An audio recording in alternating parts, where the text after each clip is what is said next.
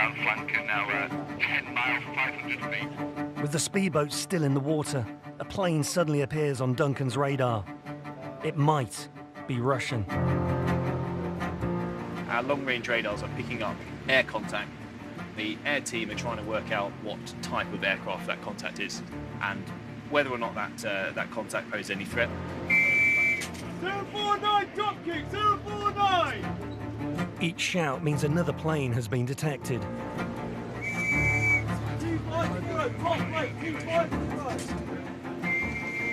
273, stop plate, 273! Got a third suspect 3637. They're not conforming to air agents based on their movement. They're definitely military.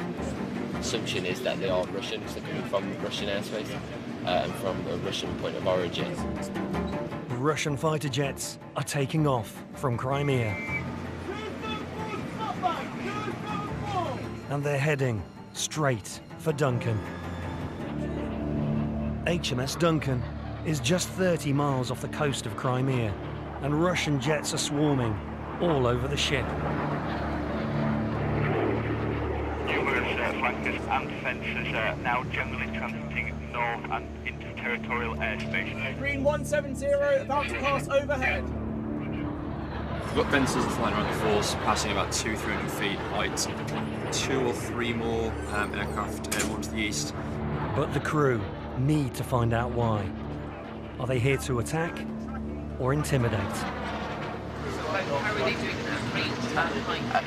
About 15 aircraft, a mix of different types, fighters and fighter bombers. It looks like it's the Russians defending Crimea. 10 miles, 500 feet. The Commodore suspects the jets are here because the Russians don't want Duncan to move any closer to Crimea. I think their tactics are naive, okay? What they don't know is how capable this ship is. This is NATO warship Delta 37. Flight controller Matt Rayside issues a warning to the Russian pilots. The jets are coming too close to Duncan's radar, which is so powerful it could harm their electronics and cause them to crash. You are closing my position. We are operating high-power radars and request you remain outside 2 miles of field safety.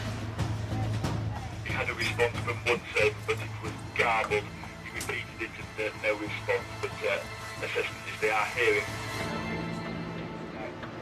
So what we're doing at the moment is tracking them, reading the appropriate approach warnings with regards to our high-powered radar, and making sure that they understand that we're able to track the whole thing and monitor it.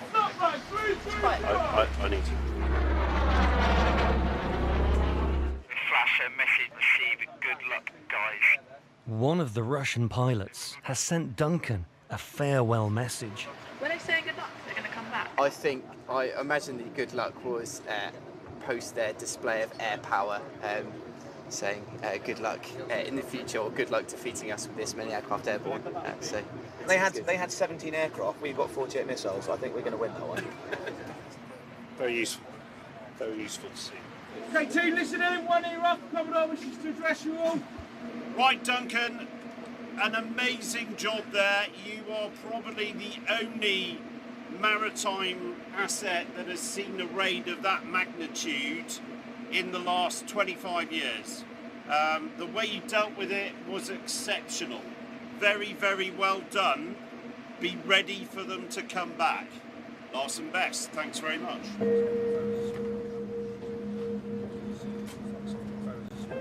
In the end, we had 16 or 17 Russian aircraft lifting, which is nothing we've ever seen before, and as far as we're aware, nothing that a British ship or a NATO ship has ever seen. They did a couple of low flybys, and the closest one we had was about 200 yards off the beam.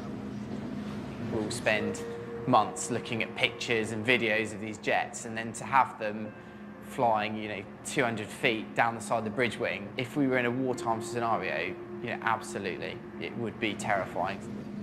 When you see that much activity, I think it reinforces the nature of what people expect at the moment, and why there is a challenge from Russia at the moment. To me, it felt unprecedented, and the Commodore did say, he thought it was unprecedented in terms of the scale. What I can tell you is that there were more aircraft than we have seen in a long time.